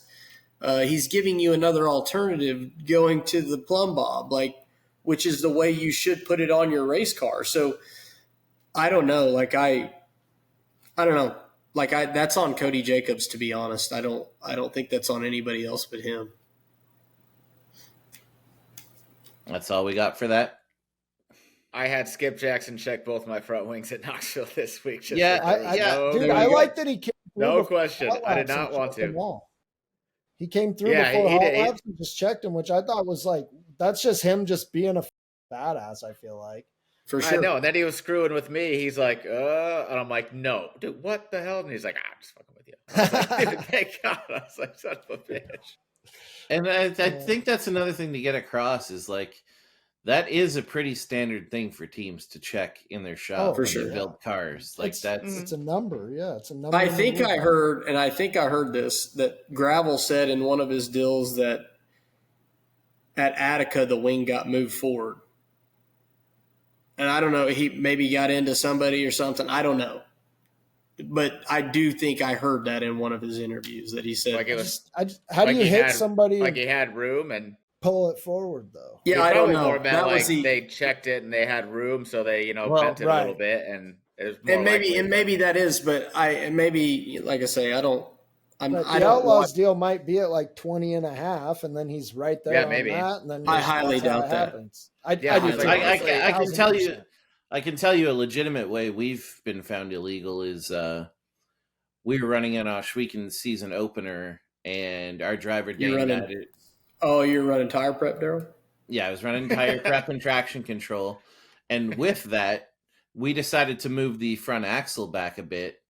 And when we moved the front axle back, we forgot the ramifications of the front wing and actually got DQ'd that night. So Oh, I could see them messing with an axle placement and getting caught up there.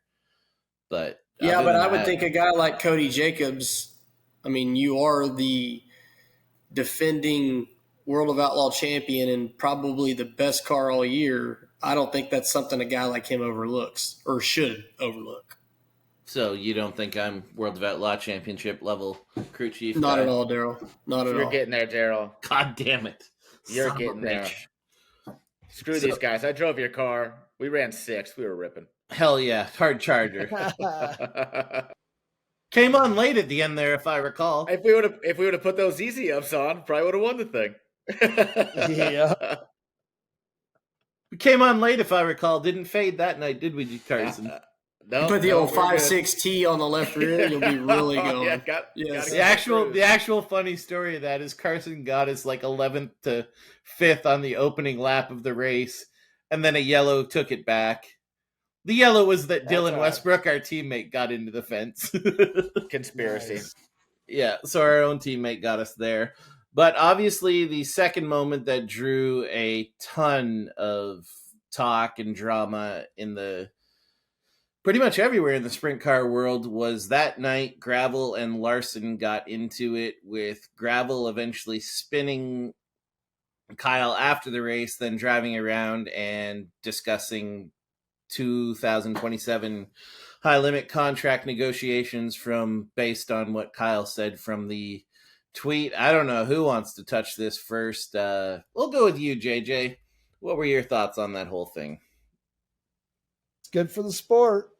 I don't think that's bad for ratings. I think it's good for everything. You know, I thought it was an awesome tweet. I thought Gravel's interview was pretty awesome, where he's like, you know, we're friends, but right now I guess we aren't. Like, you love that shit. Like, those guys are two guys operating at a really high level, and Gravel's one of the few guys in the country that genuinely believes he's better than Larson, like in a sprint car. And I love watching him go toe to toe. You know, I mean, Kyle's always going to be wild and more of a risk taker. And to me, it's like Gravel can't really be, I don't know. It's like, it's not Larson's job to worry about Gravel racing for points. You know, it's like, the way I look at it, it's a guy like Larson can kind of be more balls out and make Gravel have to make a little more sacrifice or choice, just because that's the advantage he has by popping in and popping out. Like, when a guy says that I need to, you know, like, to a point, you don't want to crash a guy running for points, but if you're worrying about winning the race, I would be way more apt to making the points leader have to make a decision that's like, what do you want to win the race or do you want to win the championship? Because I need to win the race, you know? So I like the way Larson races. I mean, those guys are so good at what they do that it's going to be really hard for them to ever crash each other. Like, and Larson's had run-ins with Rico and stuff before. Like, I think it's awesome for the sport. It's just two gladiators going at it. Carson, the impression I got was that David was just trying to get through the night. The track had the hole. He was just trying to get through the night. Kyle slid him. It was pretty close. Pissed him off. He slid Kyle back. They got into a pretty nasty slide job war. I think it could have been way nastier. Do you think it was just a clash of two different mindsets there, where David's just trying to get through the night? Do you think if Larson would have just cleared him on the first one, then cleared him by a lot, that we're even having this issue, or what are your thoughts? Probably not, but you know, it's just, yeah, like JJ said, just two hard racers, guys. It's great for the fans. It was fun as hell to watch. And when he spun him out afterwards and then stopped, you know, the whole crowd's going nuts. You know, it was WWE. It was badass to watch, dude. It was awesome. But I don't know. I heard Larson in an interview. It's like some NASCAR interview somebody posted. You know, I don't want to put words in his mouth or anything, but basically he was saying that he's got no beef with David and never has, but he does with David's team. So I don't know if that's Cody or the owners or whatever, but he basically said, there's people on his team that he's not a fan of. And, you know, when he's next to that car, he wants to win. So I mean, at the end of the day, they're, no one hit, until afterwards, I guess. But while they're actually racing, no one plowed into the other person. And probably because they are two of the highest level guys out there, if that was some mid pack guys, probably someone would have got a Hoosier stamp to the face, most likely. But, it was, it's just good, hard racing. Gravel's upset saying that, this isn't what Larson does for a living. And I get that to a sense. But at the end of the day, he is a race car driver. So this is what he does for a living. And, he's got all those partners and Paul Silva, that's what he does for a living. And it's his job to put Paul's car as high up as he possibly can. And that's what he did.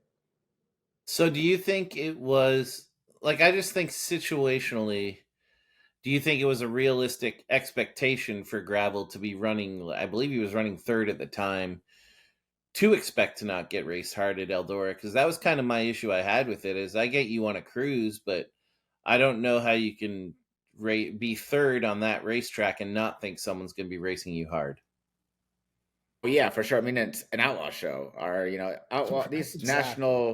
national shows. You make one little mistake. I wish someday I'd be good enough to cruise to a third place at Eldora in any series.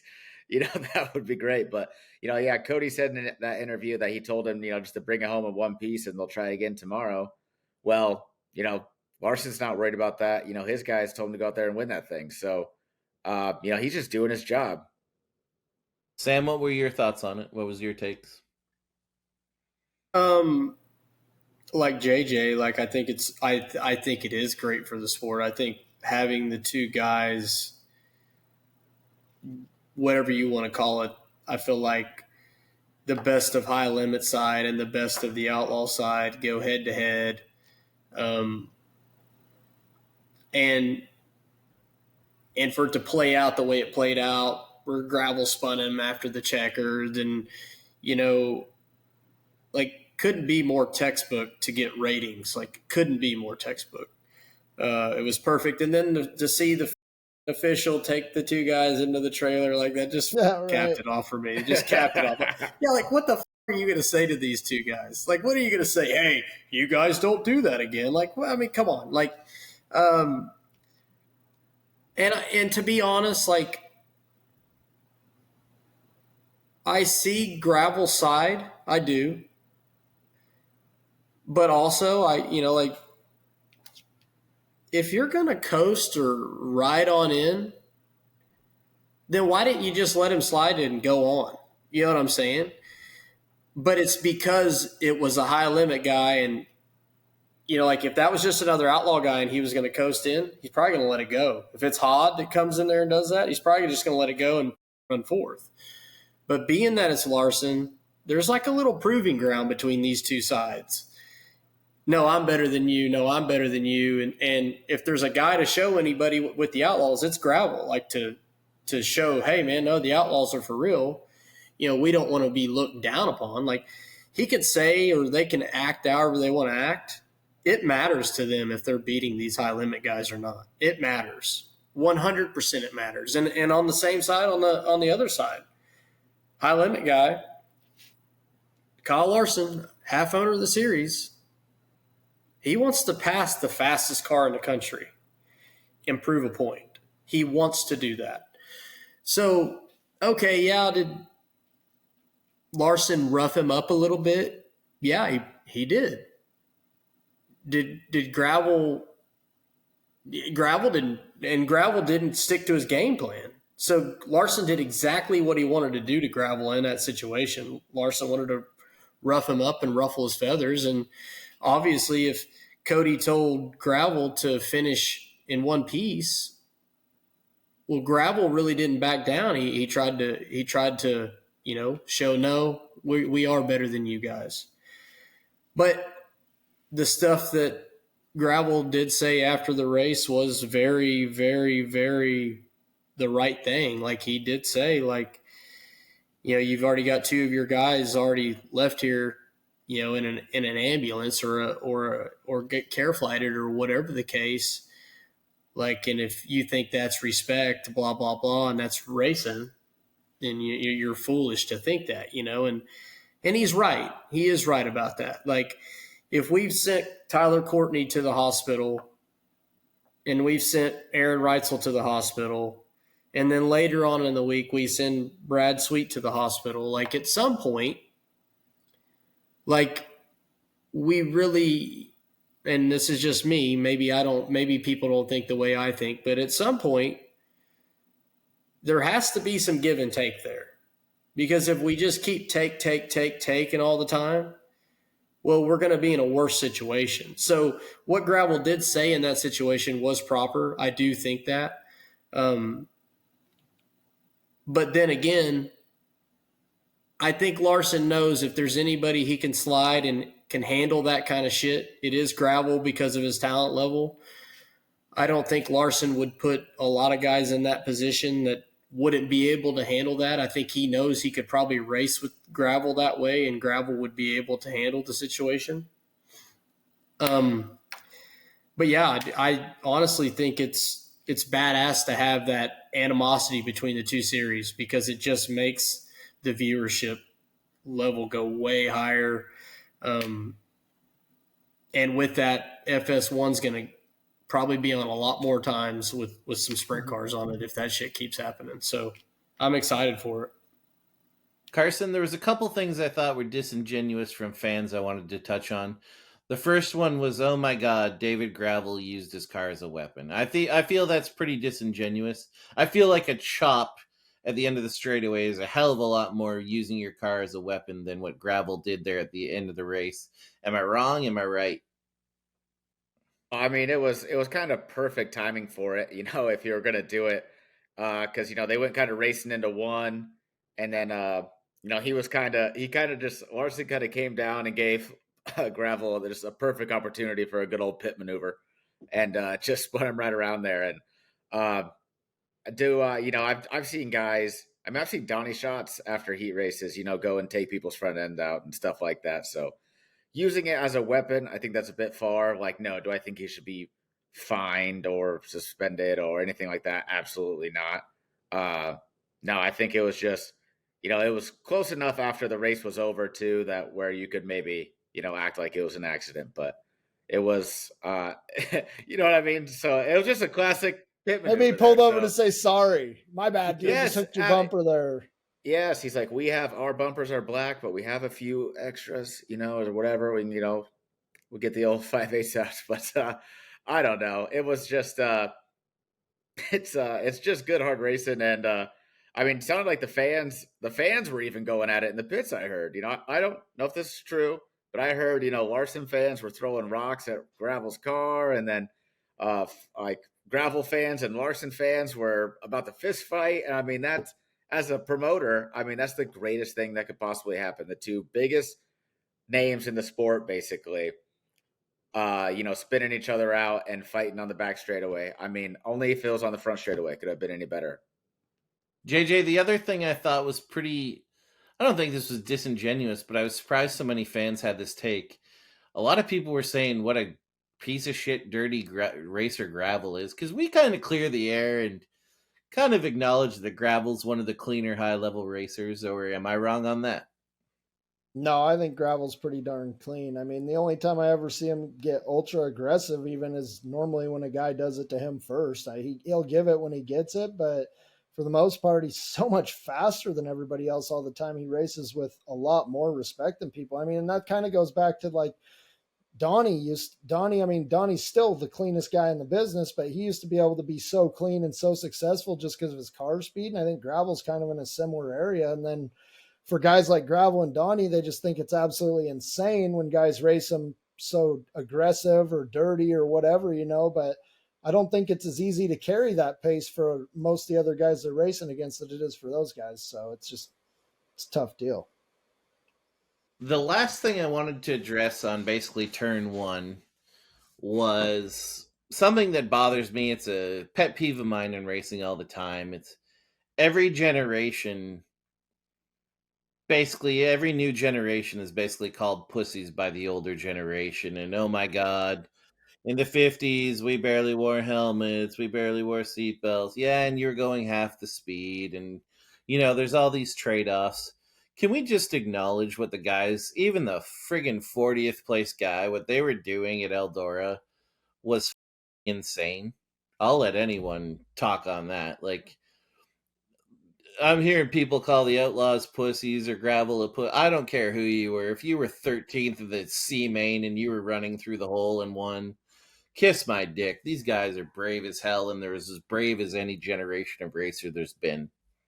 It's like calling a UFC fighter a pussy. It's like about the same thing. It's like Yeah, the guy 'cause that the- lost, because the guy Yeah. that lost didn't just go through, you know, the same stuff that the guy that won did. I mean, yeah, it's, and that's the thing. Some of these guys, their cars are handling good, like we always talk about. Imagine being in the B or the C main. You're fighting your race car, and then you got to go out there and just try to get through the racetrack. Like, that's a tough thing, man. That was my least favorite thing about racing on rough tracks, is it doesn't feel like you're racing against the other guys anymore. You're just racing against the track and kind of just trying not to crash rather than racing. So yeah, I don't think anybody who's strapping it up and actually running around there wide open is scared, or I mean, they might be scared, but they are definitely not sissies. That's for sure.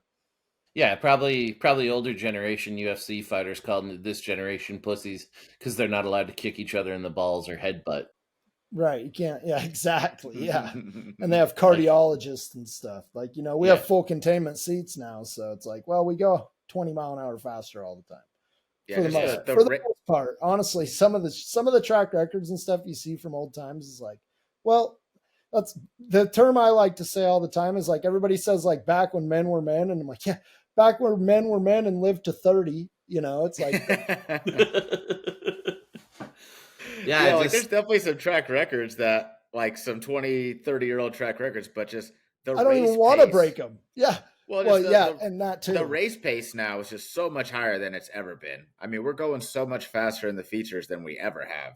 And it's not one or two cars hauling ass too. Like the separation, you didn't have to used to be so close all the time. I mean, that's what's crazy to me. Like watching that one race at Bristol's one of the most astonishing things with Jeff Shepard and Swindell is just like, man, those guys were hauling ass, and that's some close racing. But like nowadays it's like that from 1 through 24, and then like, you know, 5 through 10 in the B main or whatever too. It's tough. Yeah, I said like what I would like to say is like the older generation, there is no doubt. There's some tough, no for sure. Doubt. Steve Kinzer, I don't think I'd want to with him today. Sammy Swindell, I mean, he had to get his nutsack sewed together. Like Rick Ferkel broke his back at was a Springfield Mile, Daryl, or something. I don't even know this one. All these stories, like Doug Wolfgang, you know, burned up.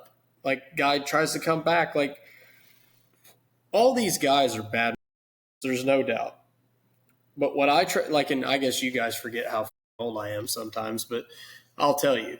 So, you know, I didn't get to race with Wolfgang, but I raced with Sammy. I've raced with Steve, Donnie, all these guys. And in these years where these guys were dominant race cars, I was racing with them. And today's time, and I know guys hate to hear this, the older guys hate to hear this, but like, because Carson, like, you know, I raced way before you even thought about racing, right?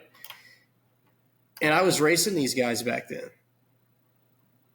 And like JJ, okay, before you started racing on the road, you raced at Skagit, you raced at Elma, you know, you raced that area. But I raced with these guys back then, okay, and you know, say early 2000s, mid-late 2000s. This is what I feel like today. I feel like those guys, like a Steve Kinzer or a Sammy Swindell or a Donnie Schatz that were dominating at those times, I feel like they could win races driving at 80%. They could in that era. I think today, the speed that you have to keep up the whole feature versus what we were doing back then, you know, versus, you know, there was I mean, and don't get me wrong. I mean, obviously, I'm not like a multi-time outlaw winner by any stretch of the imagination, but I did race on that tour for 3 or 4 years back then. And at that time, like, there were nights that we did contend for wins or whatever, and ran second several times. And at that time, it's 100% for me to be able to do that. But I look now, and I'm way better driver than I was at that time. The pace that all these guys race with every night is so much faster, and it's nonstop the whole time. Nonstop. Like, I bet you if we could go back and check like my heart rate in one of those races back then versus what it would be now today at one of these outlaw races, it would be more. There's no doubt to me. And I think guys like Kyle Larson, like Rico, all these guys that push this shit to the limit. I think like a guy like Carson Macedo, these guys, they really push it. And I think the pace is so much faster nowadays.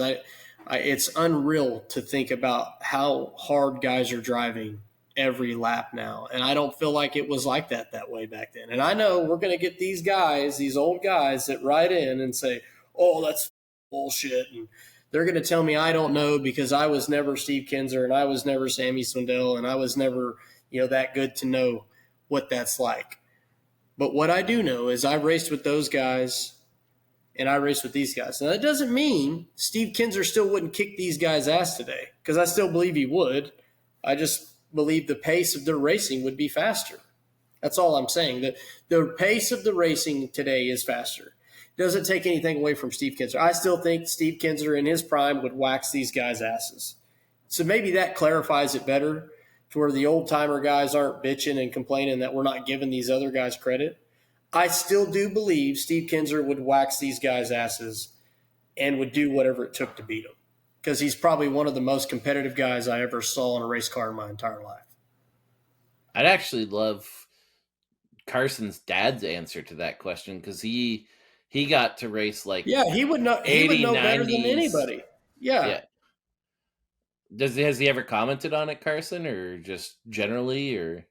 Not really on the, just kind of talking about Knoxville. Like, I think him and Kerry were talking about, the last couple of years, how, back in the day at local shows, those two were kind of the two fastest guys. And, if one started up front and the other one started in the back, you kind of just had to, just get to the top, and you could kind of just go, they were both good enough, kind of just go through the motions and get the job done. And even on the local level now at Knoxville and Houston and these places, you got to be given 110% the entire time. There's no one, from Brian Brown to anybody that, that's just, keeping the car underneath you, just keeping it nice and just not crashing and packing in another W. No, you got to be on there. You got to want it at all times. You got to really, really want it. And these guys that at the top level have figured out how to go, 200% for 25 laps. Yeah, and I think the big cause of this is like the spreads in fields, because I think JJ and Sam, I think if you answer this question honestly, JJ, when you were running ASCS, you were one of the more dominant cars. Sam, I think it goes without saying, I think no one's going to bitch if I say you're a dominant car right now in ASCS. When you guys are racing and there's like a spread in the field, JJ, you won the hockey, you won the brown field. Sam, you've won your big 360 races. Let's face it, when it's more spread out there, you guys aren't running 30 laps, balls out even in those big wins, are you? No, I'll be honest, there's several. When I felt like we had dominant race cars, I didn't have to. Now, and you could have the honest answer like that, and you're going to have people go, oh, because you're not racing the Outlaws and you're not racing, high limit guys. And there is some truth to that. Like, there's no doubt there's truth to that. But, like at the ASCS level, Yeah, there are nights this weekend. Even at that level, it is intensified.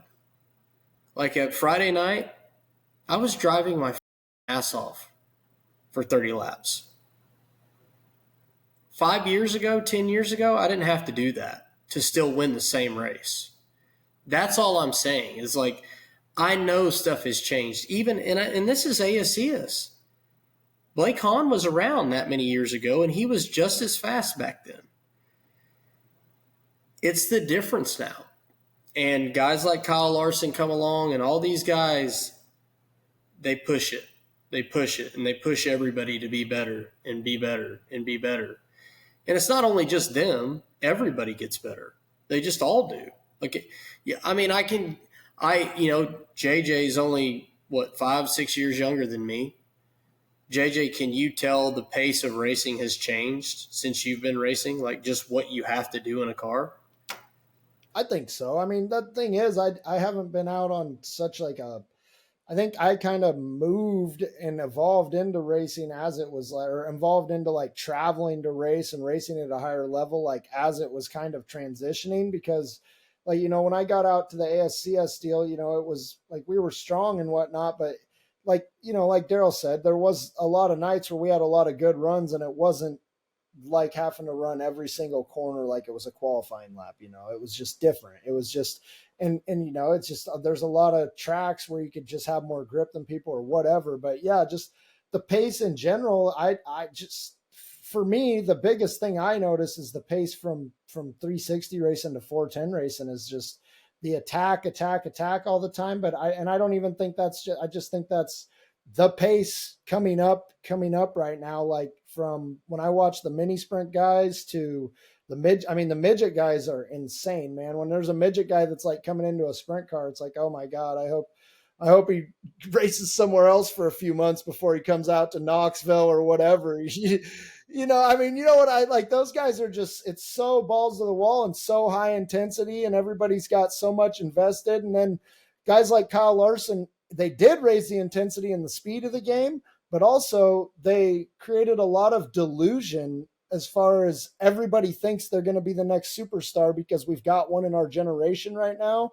Whereas like a few years ago, not every young kids didn't want to be the next Steve Kenzer, or even like Donnie Schatz. I don't think it was so relatable as a kid like Kyle Larson, just kind of slipping through the cracks and coming up, from racing a go-kart in his parents' yard. So now everybody thinks they get their kid a Yerf dog, and kid's ripping fast laps. Now it's time to go. So I think we've covered about everything leading up to the King's Royal. We're an hour and 49 minutes in without editing, and we're finally at the King's Royal. I'm also starving, JJ. Anthony Macri is a King's Royal champion. What do you guys think on that? I'll let anyone go for it. You go first, Carson. Tell me about what you thought of Macri's performance. Thought he looked damn good. Slick as hell, got the wing trunked. See you later. I was kind of surprised, and I don't know if I'd want my crew chief to tell. I was surprised, like they said, his Jacob's ladder was bent or broke or whatever on that open red, and apparently told him. I don't know if I'd want to know. I think if I was in a situation like that, I'd want my crew guys telling me it's all systems go. It looks, the rear end's even more square than when we started. But he didn't. He didn't care. I mean, he drove it in there, drove it in deep, just like it was fine. And it was. That's because he's probably done it a lot more times at Port Royal and still won with it that way. Yeah, for sure, absolutely. And he even said like he felt like it sucked the right rear end a little more and maybe made him a bit more stuck. But I don't know how you guys are, but if that was me, I'd be like, "You idiot! Why would you tell me that?" And I'd be all worried about it. Now I'm going to go below the hole because I'm not one of these old school badasses. I'm a new school wimp going underneath it. But I lift that Tulare. But no, he did a damn good job, and it was super cool. He got really emotional there for a second in victory lane. And as a guy who's not afraid to get a strong lip quiver in victory lane, I appreciated that. So that's a joke for JJ. But you were close. and You were close to crying in your 410 that win. was so appreciated. I know, strong lip quiver, but but no, super cool, and made a bunch of money. And what's funny? I was on my way home. I was watching the highlights, and between the 360 race and the 410 race, I brought in some good cash on Saturday and was feeling really good about myself. And then I saw his $200,000 check, and I was like, I'm a loser. I'm going home. I'm not even going to post that I won. This sucks. But that was super cool that we give away that kind of money on kind of a regular basis now, and cool to see a non-national. I mean, he basically is, but he's not outlaw, not a high limit guy, and got the job done. Well, True to outlaw. back up what you're saying, I was actually talking to Joe on the way to Knoxville, and I was bringing up a rumor I'd heard. And I'd heard the rumor that when Darren Pittman won the HBO, he actually had to plug his right rear tire under an open red. And I was asking Joe if that was a true story. And Joe said, yes, that was a true story. But to what you're saying, Carson, they did not tell Darren. Because they thought Darren was going to flip his shit if Darren knew that the tire was plugged. So that backs you up a little. No. I don't think I would. Sam, I know going into the A main, you thought Rico was going to be pretty untouchable. He'd set quick time. He'd come from fourth to first. It was a track where your car needed to be good. He had Ricky Warner in his corner. He'd been fast all week. What do you think happened there? Well, my first question would be, who didn't think Rico was going to be the guy to beat? Number one. I'm gonna give a shout out to my dad here. My dad called Macri for the win when he saw the lineup. And if you didn't pick Rico, you would probably pick someone like Larson. But is it a shock to me that Macri won? Not at all. Not at all. The one night he went 11th to second and was rolling right through the middle. And usually Kings Royal racetracks are the slicker racetrack you see of the 4 days, usually. So I felt like that kind of played into Macri's hands. And he drove a perfect race. Like, he 100% deserved to win that race. He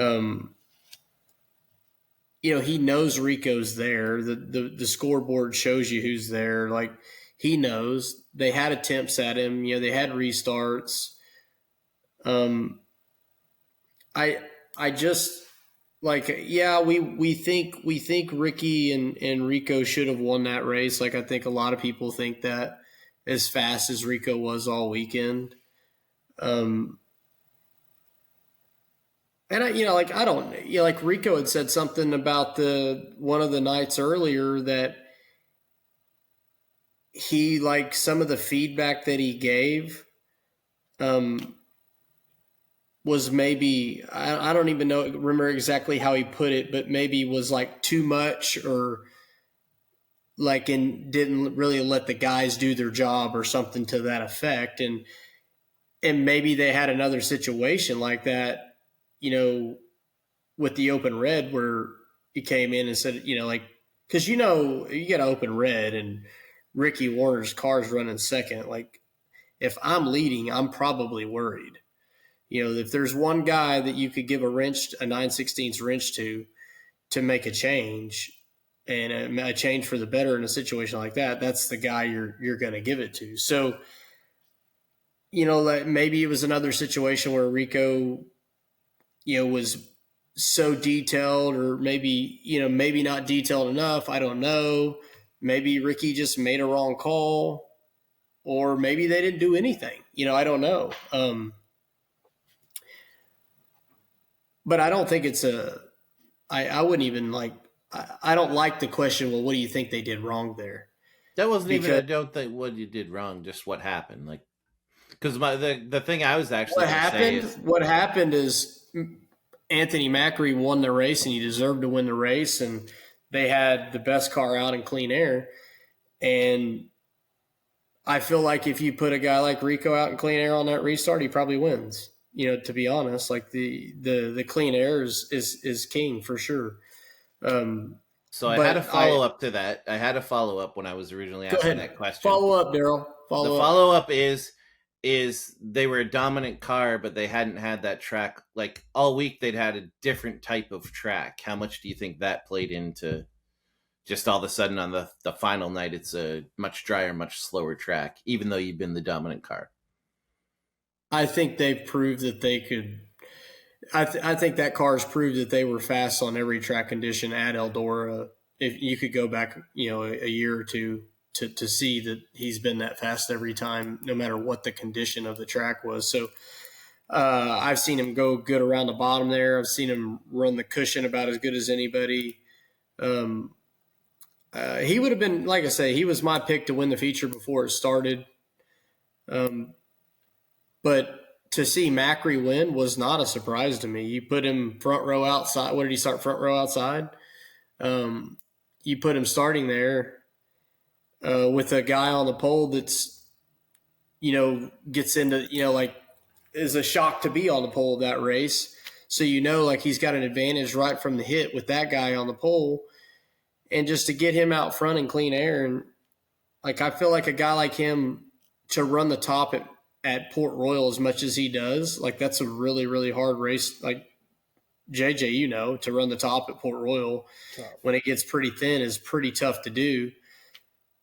And I'm not going to say Eldora was a walk in the park for him, but it's really similar of what you have to do to get around Eldora as it would be at Port Royal. So I think that Macri was kind of in his comfort zone right there. So JJ, high limit this, World of Outlaw that. How good was it for sprint car racing that neither of them won the King's Royal? I think I don't know that it's good, bad, whatever, but it's always nice. I like the parody, it's enjoyable to root for these guys that are still what I consider true outlaws, guys like Macri that still just go hit all those races. I mean, he's the most national, not national guy that could have won, but it still feels like an underdog win when one of them doesn't, and I like it a lot. So we're basically done, but I just wanted to highlight two guys that made the podcast look really smart. JJ in particular. JJ, on our last or 2 podcasts ago, or on our last podcast, you talked about Casey Jedrzejek as one of the young kids and one of the good drivers to look for in the future. He ran down and straight up passed Pursley to earn that pole. How smart did you feel once he rolled off for 40 laps on the pole of that A-main? When I saw the lineup, I was like, man, that's awesome. I bet you at least one person that heard our podcast is like, wow, good call, JJ. But to be dead honest, I don't even know where he finished, but I feel like he proved him his potential level's sky high, obviously, So yeah, that's a good call. That was I'm proud of that one, Daryl. Well, another guy you mentioned briefly in passing was Steven Snyder Jr., and I must say, after seeing him for the first time at Eldora, I thought he was incredible. I thought he turned in a hell of a performance, so I wanted to shout out those two guys specifically for making us look smart. And that's pretty much everything I got for this show. Do you guys have anything to add? Any final thoughts on the King's Royal? I don't think that Snyder guy was that much of a dark horse. He made $2 million racing his mini sprint last year across the country. I think he made literally over $100,000. But yeah, but still, I think you got to be a person that pays attention. I think you got to be a person that pays attention though to know he's coming. Like he won the Keith Coons Give Back Classic. He's won some massive mini sprint. I think he's won the shootout. If he hasn't, he's been right there for it. But if you're not watching the kids coming up, you don't know anything about this kid. And I was actually expecting him to do more earlier in the year, but maybe I had too much of an expectation on him. But man, seeing him at Eldora, he blew my expectations away. I thought he was really, really damn good there. Well, fellas, we talked for 2 hours about the King's Royal and Ohio, and there was a ton to talk about, and we could still probably talk for another hour or so, but people are probably getting sick of us. Does anyone have any shit they want to talk? I feel like we've talked enough shit on this podcast, to be honest. Somebody should hire Zebwise. That's my shit talk. Anyone else have anything? JJ shouldn't have pulled in. Should have burnt that thing down. The car owner told you to. You gotta live to fight another day. I would love to have a car owner. All that I've told me done the last 3 races I've been in is just pull the son of a gun in. Like, I'm making good choices for the future. What a nightmare. Oh, the old starting park. Hey, that's all right. And 2 of them I was running second, dude. 2 of them I was running second when I pulled in. That's devastating. Yes, it is. There is one thing I wanted to mention. Last year we did a fan forum at Knoxville, and we had no clue how it would go. And it ended up going 10,000 times better than I thought it would. We had the little theater pretty packed there. I spoke to Bill W., and he has asked us to speak again, only this time we've been upgraded, we've been promoted, we've hit the big leagues. We'll be speaking on the second floor at 1:30 on Wednesday. So I thought that was pretty cool, and I just wanted people to let people know about that, and hopefully we pack the place there, and then they have to give us a whole stage and let us take over the infield at Knoxville in the future. So hopefully everyone comes out for that. It was a pretty good time last year. Anyone have anything else? Who's all racing on Wednesday? Are y'all racing? Yeah, on that's Wednesday? what I was just going to ask, if anybody was racing on Wednesday. Are we all 3 racing on Wednesday? Yeah, I'm going on I'm Wednesday. on Yeah. Thursday. Well, God there you go. damn. Good job, Daryl. You fuckhead. As long as Dom shows up, they won't. They won't. Like every time Daryl's like, Carson, you got to get back on the pod. I'm like, I read the comments. No one misses me, Daryl. Get out of town, dude. But as long as Dom shows up, they'll be happy. The fans Little will be booby good. Miles coming in. I feel like that was Carson's soft out right there. Yeah. As long as some of us are there, Yeah, it's as good, long as right? he's there, I probably won't want to be there. Yeah. Whoa! I got a race. Hold on. What time is it going to be at for the race? 1:30. Have faith. In I'll be ready to go. Have faith Honestly, in your Thursday crews. morning would be worse. Tank I'll be ready to go. Tank can get the job done while you talk for a little bit. You know, Carson, he's got pretty much a full-time crew down there, a bunch of guys in collared shirts just looking professional as hell. Absolutely. Yeah. 100%. Hopefully this time we won't have Carson swearing on speakerphone before it starts. It is common courtesy when you're in public and the person's got you on speaker, you go, hey, by the way, you're on speaker. I didn't know. And now little kids heard the F word. Not in Canada. There's no common courturity in Canada. No. Because they're just all so commonly courteous. It just goes hand in hand. We have a tariff on courtesy. Sounds about right. Well, fellas, thanks for doing this. We'll talk to you later and see you in Knoxville fairly soon. See you guys. See ya. Later.